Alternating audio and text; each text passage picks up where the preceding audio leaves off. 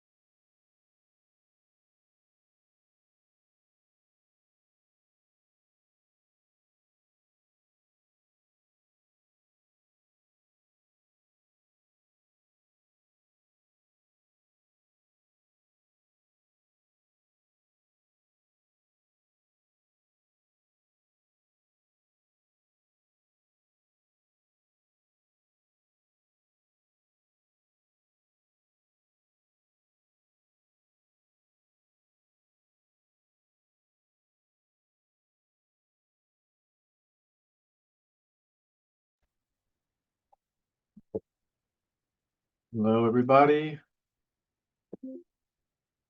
Hope everybody is doing well today. Give people a few seconds to join here before we kick off today for this meeting of the Readiness and Adoption Committee. If you're new to the meeting today, please put your name in the chat. Tell us where you're from. Love to hear it.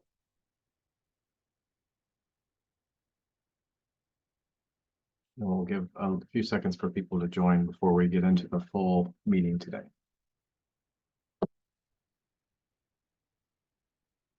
Normal, Illinois. That's a great name.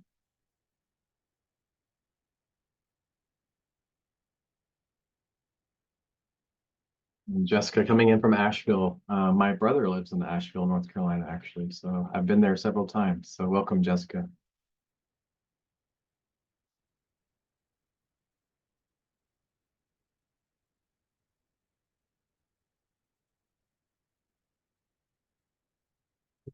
Okay. Let's see. Got a lot of new people joining in, or people just have already been to the meeting and seeing where they're from. So great to see lots of people engaging in the chat and telling us where they're from. And welcome to those of you that are new.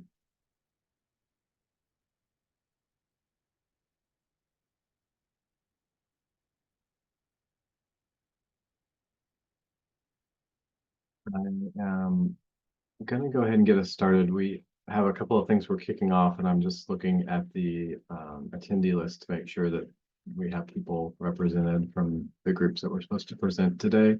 If they have joining late, we can always bounce around the agenda, no big deal. But trying to see if people can get in. And can you mention in the chat or raise your hand if you had issues logging into today? It took me, when I clicked the link to come into the meeting today, it took me to the registration form for the meeting, and I filled in like my name, title, and email, and then clicked register, and it then let me open the Zoom meeting. So I don't know if anybody else is having that experience, but if they are, I can circle back to Albert and the team at the coalition. It might just be me, but that was why I was a few minutes late today. Trying to work that out. Okay, I see other people not having that issue, so looks like it's just me. Okay. Let's see here. I'm going to kick us off here. Let me get my presentation ready here.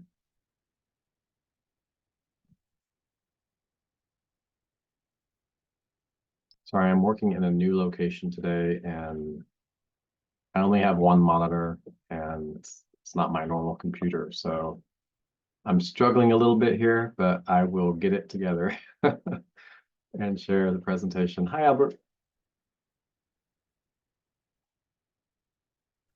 Hey, Rich. Would it, you've got the presentation. I can pull up the presentation in a sec if it'd be easier if I shared screen. That's okay. I think I can do it from here. I just Okay. had to juggle a couple of things. No problem. Albert, I don't know if you were in here. I was mentioning that when I am clicking the link to join the meeting, it's taking me to the registration. Like it's asking me to enter my name and email and then register to join. And then after I do that, it lets me open the Zoom meeting. So I don't know if that's it's in my link on my appointment for the meeting. So I'm not other people in the chat, so they didn't have that issue. Yeah. I saw that. I also didn't have any issues, but I'll take a look at that after this. Okay, no problem.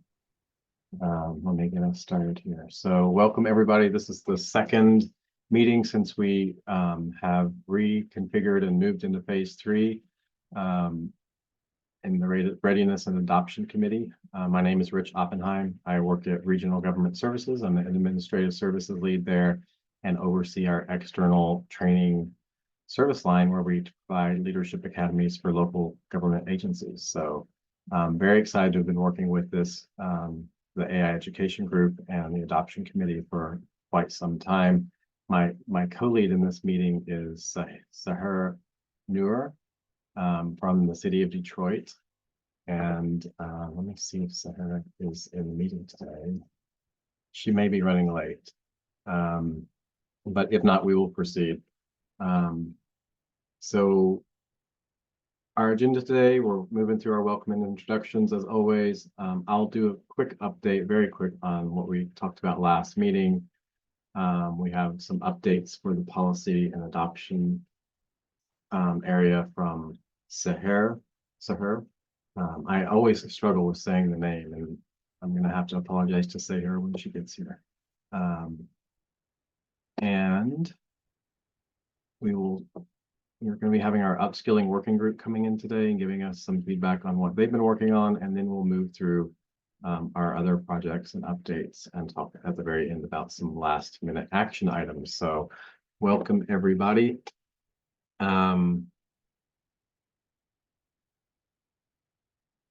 Just checking to see, I have the next slide. So the last meeting, we did a deep dive into the AI in the fire service. Jim, who's in the working group, has completed lesson 1 of an 8-lesson curriculum for fire service professionals and educating them on AI and how AI can be applied in their work. So last time we met, he did a dive through that and surfaced some feedback from the group. And so that, you know, we hopefully that is getting finalized, and he made a few simple tweaks to that deck, and then we're gonna be working with the public sector network on getting that set up on the landing page there, and that will be our first official training that we're gonna produce for people. So very excited about that. And then we walked through project updates. So I'm gonna move past this slide in anticipation of Seher joining us, because she wanted to do a little touch base on where we're at. If she doesn't make it today, I can fill in for her and talk about this, but I'll come back to it later. Yeah, and Rich, Sarah should be joining. She did have some trouble with the Zoom link, so I just messaged her and updated, trying to get her on. Great. And we'll talk about that when she joins the meeting. Get her to, I'll step back to that. Also, I'm not sure if I see Lan or Rick, who are also supposed to be in the meeting today. So I'm going to bypass this. We'll come back to both of those elements because they're sort of outside our normal updates. And I already did a walk. We already talked about this mostly. Albert, I don't know if you have an update for the work about the public sector network, where we're doing the landing for the fire training page. Yeah, I'll just quick update. So the page is now live. I'm talking with them tomorrow to update a bit of the content that's on there. There's a few tabs that I think make sense for us to change up. So I'm going to be working with them on that tomorrow, and Rich, I'll report back to you on that after. Great, that's exciting. Seems like that's getting very close to being done, so can't wait to see that. Let's see. Sahir and I met with the Center for Democracy and Technology to follow up on the AI education piece for policymakers. And so we had a conversation with Quinn, who works there, and he was very helpful. We had a very interesting conversation with him, and we talked about the potential for developing out AI training for policymakers, you know, mayors, other electeds, legislators, regulators. And these are people that aren't really using AI directly, but are setting the rules for how agencies are going to be using AI. And so we thought it made sense to come up with brief educational models that were accessible to policymakers, like maybe 5 to 10-minute brief overviews of concepts for them so they can understand the impact of the decisions that they're making and have sort of a more stable foundation for decision making around AI. Some of those were like AI, understanding AI's impact on existing policies and regulations, challenges of AI adoption in government, keeping AI human-centered and understanding AI versus human actions, and the necessity of addressing workforce concerns. So we had a really great conversation, and we are going to do some brainstorming around some content, and Quinn wasn't able to make the meeting today, but we're going to invite him to the first meeting in May and give some time to get into the discussion about this a little bit more with the larger team. So we're really excited to hear about how this project evolves. And if anybody is interested in joining sort of a sub-working group around this to engage, I'd love to hear it. If you want to either send me an email or put something in the chat, that would be great if you're interested in sort of joining the small work group that's thinking about these issues. So, and if anybody has any comments or questions or wants to has any feedback right now, I'd love to hear it too. So we're always open to feedback on all the project ideas that get surfaced in the group. So definitely raise your hand if you are interested. And I am going to do a quick view of the chat and pull that up. Okay. I'm not seeing anything yet. But if you have any interest, please let me know. This is just a brief overview until we come back next week or next 2 weeks from now, next month. And then we had another conversation with Nicole and Tom from Prism, furthering the discussion about AI and insurance and risk management. And these are sort of the high points that this is sort of an emerging complex topic with limited existing guidance, and some key risks are emerging from the research that Nicole has done, including an over-reliance on AI, privacy concerns, this lack of human verification, potential liability issues, and the discussion really centered around helping organizations around developing some robust risk mitigation strategies when they're thinking about AI, and how we might explore some educational materials to help agencies navigate AI risks and insurance implications.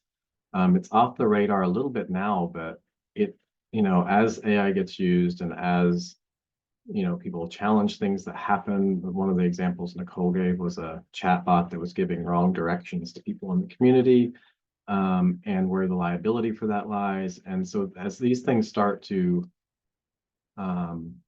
as AI starts to become more prominent and used wider, there's going to be increased risk, of course. So it's going to be really interesting to see how this space evolves.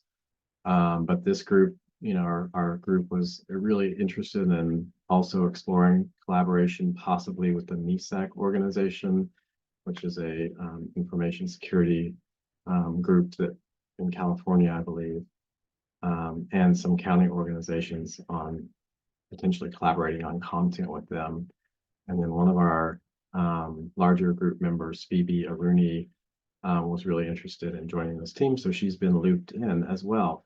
And again, this is another one, if you're very interested in joining any talk about insurance and risk management, we would love to hear your interest, and send me an email or send something in the chat again.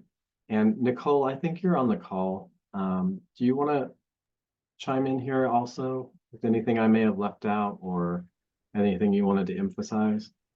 I think you did a really good job of summarizing where things are at currently. I know I read just another item the other day, and that organizations would, or courts would probably be looking towards industry standards. So example of that is like the framework put out by NIST, right? And so I think those types of things are definitely going to continue to help guide us on, how this is evolving, what things we can look to and should be considering with projects or opportunities and ways people are leveraging AI. Great. Thanks so much, Nicole. And I just want to reemphasize that Nicole did a really deep dive into a lot of research and articles about this, and has developed a nice sort of summary document of that she shared around the smaller group. So really appreciate you doing that deep dive, Nicole, and pushing this forward in that way. Yeah, happy to do so. Yeah, and I see, Marty, I see in the chat you said you were interested. Can you let me know if that was the insurance and risk management or the policymakers piece that I talked about previously?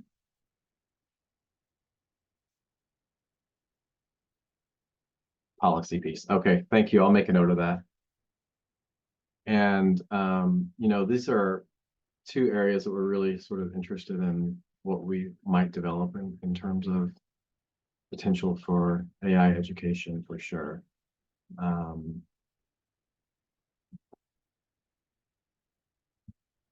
I already did an update pretty much on this.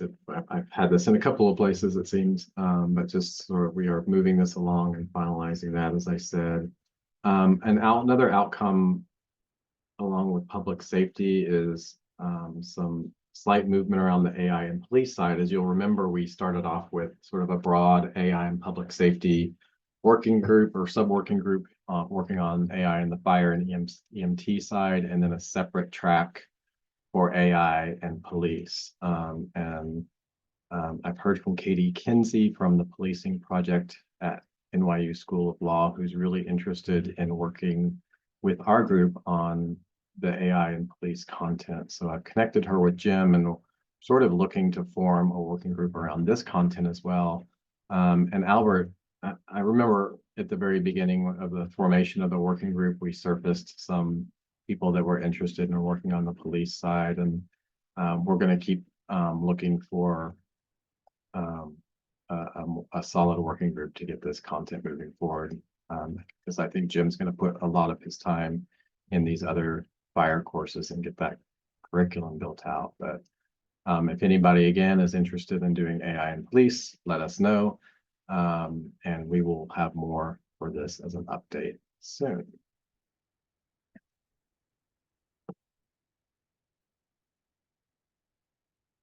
I just oh, Yep. sorry, Rich. If That's okay. just I think there's you know, a lot of people might be curious about like what does help look like. What we've seen in the past and what we've done is help typically looks like creating a PowerPoint deck on the things that you would be good for an educational material. And typically a great way to start is if you're interested in pursuing one of these topics with us, if you're like, hey, I'd love to be a part of this. Here are some of the topics that I feel I could cover. Just like give us 3-4 bullet points. We check that, make sure that it's coordinated well with the rest of the group, bring them together, and then you work on the PowerPoint for that part, and then we'll start fleshing it out from there.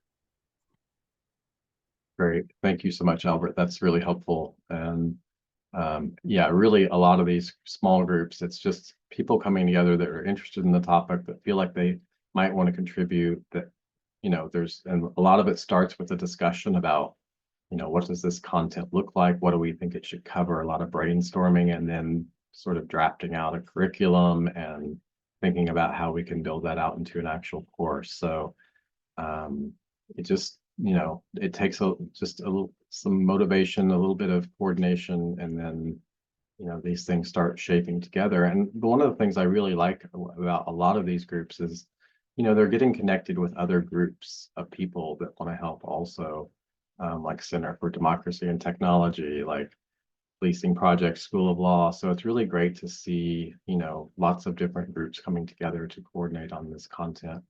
And you know, those types of different perspectives and voices are really helpful in making these pieces really meaningful for our intended audience. I just want to do a quick touch base on that. We've been sort of noodling on HR and AI and how we can help HR professionals in our agencies around AI. And when we were talking with the Center of Democracy and Technology about the policymaking piece,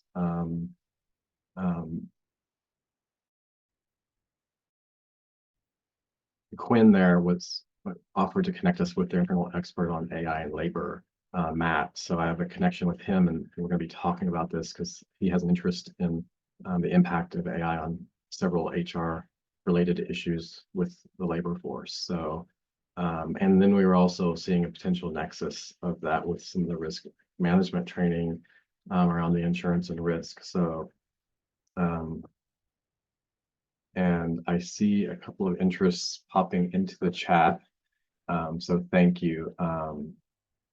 Kedar looks like is interested in AI insurance risk area and is pursuing some AI permanence and grappling with this. So great. That's great, Kedar. Great to have you. And I'll write your name down as a potential person for that team. And then Bastuda, I hope I'm saying that right. If I'm not, please correct me. But she's interested in police and HR related AI. So thank you very much. And I'll make note of that. Basu, thank you for that correction. And I have a brief spot here for the CISO training, Albert. I don't know if there's much of an update here. I thought we were just sort of continuing to work with this group, but if you have an update, that would be great too.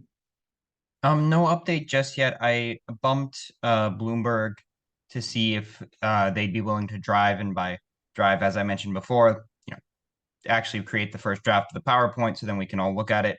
I bumped them yesterday, maybe it was 2 days ago. Haven't heard back yet. If they get back to us this week, great. They'll push forward and create the first draft. If not, I'll keep you posted, Rich, but I think I can probably cobble something together. Okay. Great. Let's see, that's most of these. I'm gonna step back. Albert, do you know if Sahar has made it into the meeting?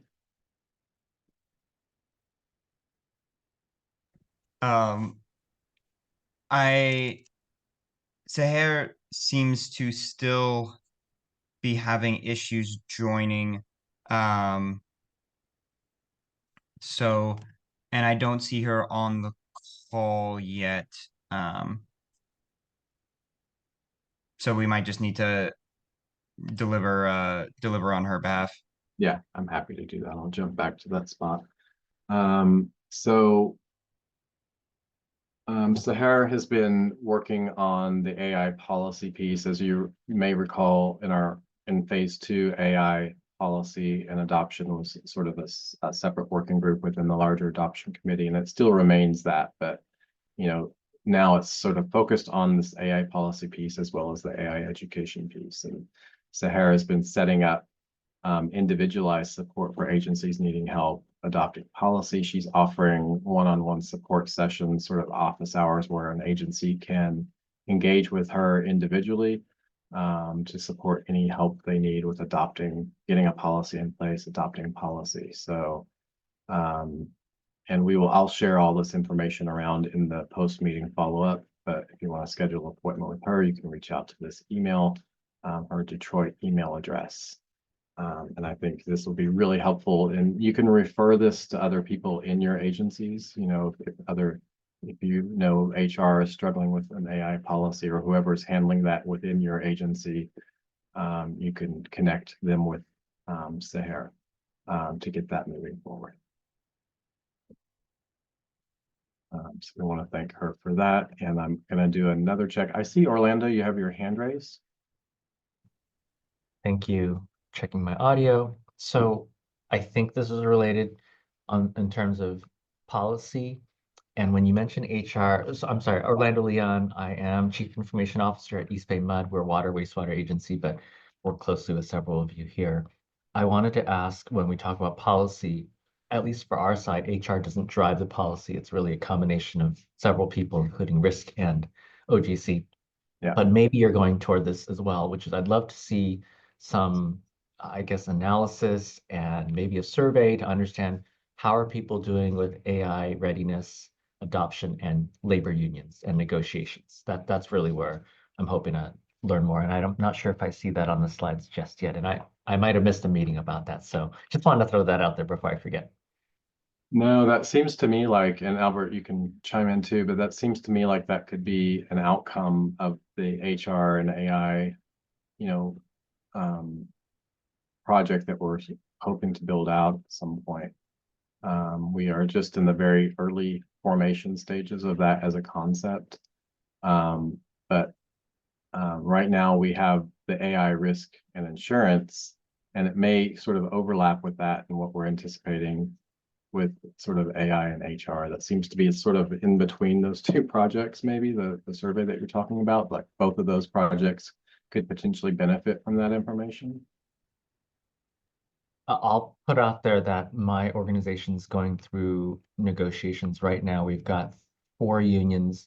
I would say only some places, like in the Cal State I was in before, had 13 unions. Some cities and counties may have more or less. I'll try to, Albert, or anyone else who's interested, I'll try to provide some feedback. We're in the midst of it right now, and we have had some, I don't know if they're called demands or whatnot, but just requests and even strong statements to say no AI, for example. So perhaps I'll have some more feedback and experience from our negotiations sometime soon. Yeah, Orlando, please keep us posted if you're comfortable sharing with the whole group here at a future meeting just to check in, that'd be awesome to hear. But regardless, if you want to just ping Rich and I, um, as you learn more, I think that could be really helpful as we're thinking about what type of conversation to be having with our HR professionals. Yeah. And I think by extension, kind of the union conversation. So one thing I'll throw out there, similar to how, let's say, if a data incident or exposure or data breach happens, some of these conversations might be quite sensitive, so we would have to consider the context of how we discuss these topics. Yeah, for sure. And I will follow up also. I'm planning to have a meeting with Matt from Center of Democracy and Technology, and they may already be getting some information and data about, negotiating with labor and AI. So I'll see what I can surface from my conversation with him. Thank you. Okay. I'm checking on or Rick are on the meeting call. Looks like we have a really small meeting today. I think they are not. But I have attended their meeting, so I can give an update in their absence on the upskilling part. And I'll just give a high level overview of this. The working group is really interested in how they can support agencies to sort of adopt AI governance and train staff to leverage AI effectively. They've had a few meetings already. I've been in both their meetings. And they're planning to meet a couple of times a month and hopefully build out a Slack channel for their communication. Andrew has connected them with some of the use cases with the use case committee to sort of think about how to align upskilling with use cases. And they're looking into exploring funding potentially with ILG and BACC. And so what they're really looking at here is how they can connect people in academia, like potential interns or people that are going through, AI-related degree programs, how they can connect those resources to agencies to help them, move forward AI-related projects and potentially upskill and help support AI development in workforces where there's not a lot of AI expertise. So it's like connecting pools of talent to agencies that really need support around how to develop AI-related resources and tools. So they're looking at this sort of overall staff literacy playbook, which is like guidance on how you can move forward AI projects, how you can move forward with setting up a internal training program for your staff. And so giving some guidance tools there, and then looking at sort of how you could provide sort of continuous learning and certification, and then this collaborative upskilling, which is what I was talking about earlier, sort of connecting internal or external pools of talent to agency projects and getting support on those. And some of the ideas they were thought about sort of toying with was how you could potentially have like a hackathon, for instance, and invite people to a hackathon to help you solve an AI-related program or policy that you have, and move that project forward with talent outside of your agency. So it's really interesting conversation. This is just in the very beginning stages. They're sort of fleshing out their concept. And I know they were really excited. I just met with them yesterday, and they're really excited to come to this group today and talk to you about it, but we will have them come back and do a more significant update and let the members of that working group really give you a brief on where we're at with that. But if you have any ideas or any thoughts or anything about this upskilling effort, again, love to hear about it. They're open to new members also. So if this sounds like something you're interested in, definitely let us know and I can connect you to that as well.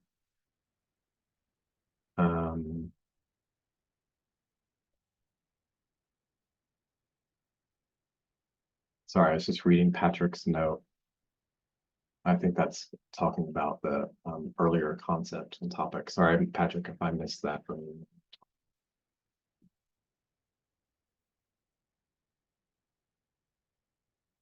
So does anybody have any comments or thoughts around the upskilling piece?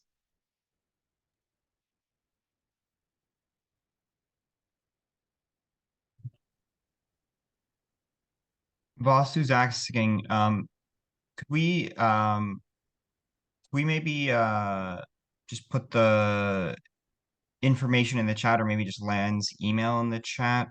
Let me see if I can. Yeah.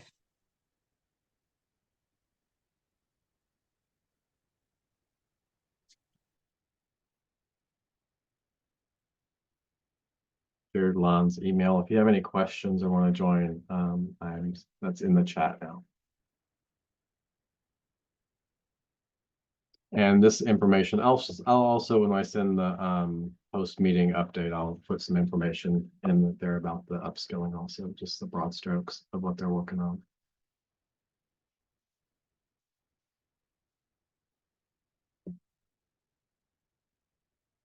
Okay. I'm gonna sort of jump to the end here. We sort of always have this ongoing action, some of our legacy resources and items from the beginning of the AI education working group. So I always like to share this. One of the key parts of the AI education side of the committee is really providing information around AI education and training materials to the larger working group. So, you know, within the AI education folder, there are some existing trainings around AI 101, how to educate, sort of provide some basic education for your workforce around AI. There's some cybersecurity training in there, and how to engage with your community in there. Some starting decks there that you can, the city of San Jose has very kindly put together and made available there for us. And you know, you can take those and edit them as you see fit, you know, on your own end. But we're also looking for any training materials you might have. I know a couple of agencies have volunteered some decks also. So if you have any training materials, we really like to see those so that we can see what other people are doing and see if we want to augment the overall AI education folder content, you know, those decks that exist in there as resources for people. So, you know, if you're working on something or if you've already presented them, you know, we'd love to see what you have and potentially share that around with the rest of the working group. And then also one of the other resources we built up with this working group was Education Landscape, which was put together by Dr. Giselle Walters at AI Procurement Lab. And it's an ongoing spreadsheet and resource of public sector AI training. And some of them are free, some of them are paid, but you know, each one of them, it's a really robust tool and spreadsheet that talks about what the, you know, the title of the training, who the intended audience is, what it really covers. So lots of great information about each of those resources. You can add to that landscape at any time. If you've vetted training you thought was really interesting or helpful or should be added to our list, you can always add it to that landscape. There's also a comment section in there where you can add comments if you've taken the class.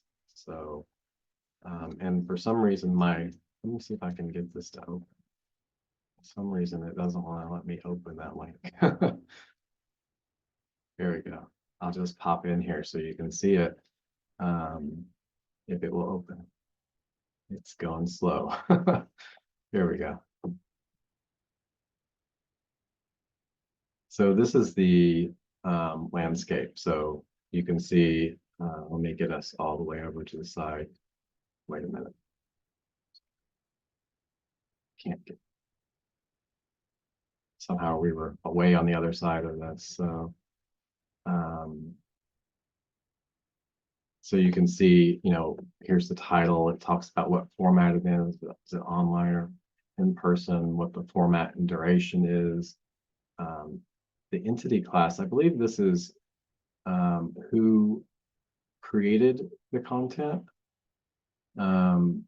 what kind of, does it come with a certificate or certification? Can you get something that you can then publish and send to your internal team saying, I've taken this training? The name of the entity, vendor, or organization providing the training, a description of that training, who the target learners are, the audience for this, if there's a cost involved, does the education require prerequisites, yes or no, and a link to the website. So, this is a great resource for people. And I can let me drop that in the chat if we haven't already. Interesting.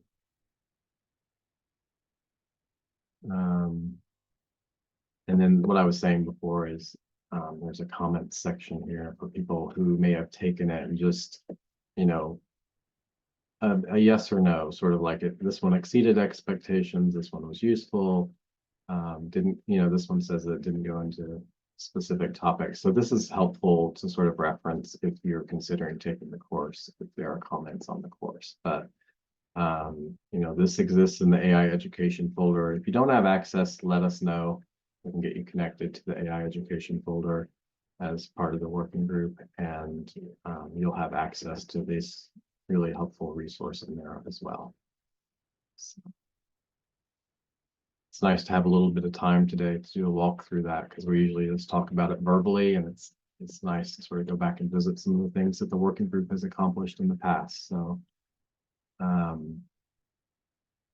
and I see Nicole mentioned that the training resource has been really helpful to navigate through all the options. So she's leveraged a few and already and with her own team. So that's great. And Tony, hopefully you can access that link in the chat. It can't let us know. Vasu, you said you've used Innovate US. I appreciate it. I took one of their courses too, the using Gen AI in the public sector, and I thought that was really useful. In fact, we have an AI ambassador program with certain staff. We're upskilling in AI, and we had them take that Innovate US as a starting point. So thanks for commenting on that. Let me get back to, I think I was pretty much done with the presentation, but let me pop back there. If I can get to it. There we go. It was just the last call. We've already talked about this, but again, we'll take note of the people that have wanted to be connected to projects today. All of these projects that you've seen us go over today all started with an idea in this working group. Somebody just raised their hand and said, we should really explore X and the relation of AI to this specific group. And so that's where these ideas and sub-working groups come from. If you're interested, if you see something, if you're thinking of something that doesn't seem like it's covered by the working group, and something you're really passionate about, or something you really want to explore around AI education, the public sector, and with our member agencies, please just let us know. Send me an email, send Albert an email, send us both an email. Let us know, and we can get you positioned like we have these other groups to start thinking and coordinating and collaborating on content. Albert, anything else you have for the group? No, just we'll share this information out in an email, including the link to the education folder, and Rachel, I'll share with you all the notes and summary content and recording right after this. Okay, great. And before we end, does anybody have any questions or any topics or anything coming up for them as we move through this material? Is anything resonating with people, or anything you're curious about? We don't always have we're always usually packed in these meetings, so it's nice to have some time at the end to just surface any thoughts that people might have on what they've been seeing. We really appreciate people coming to these meetings, and I know we we're doing these every other week now instead of monthly. It would be great to hear any feedback you might have. So. Now, thanks to me for letting me leave that. Yes, I can share the link to the AI education forum. I think I'm really having trouble accessing this link on the. Here we go. I'm just gonna copy this and put it in the chat.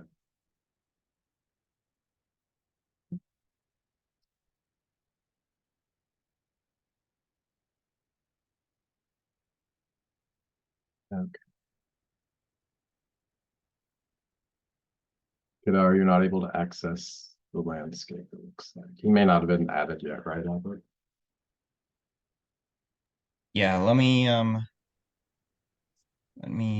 take care of that. Kedar, could you put your email address in the chat?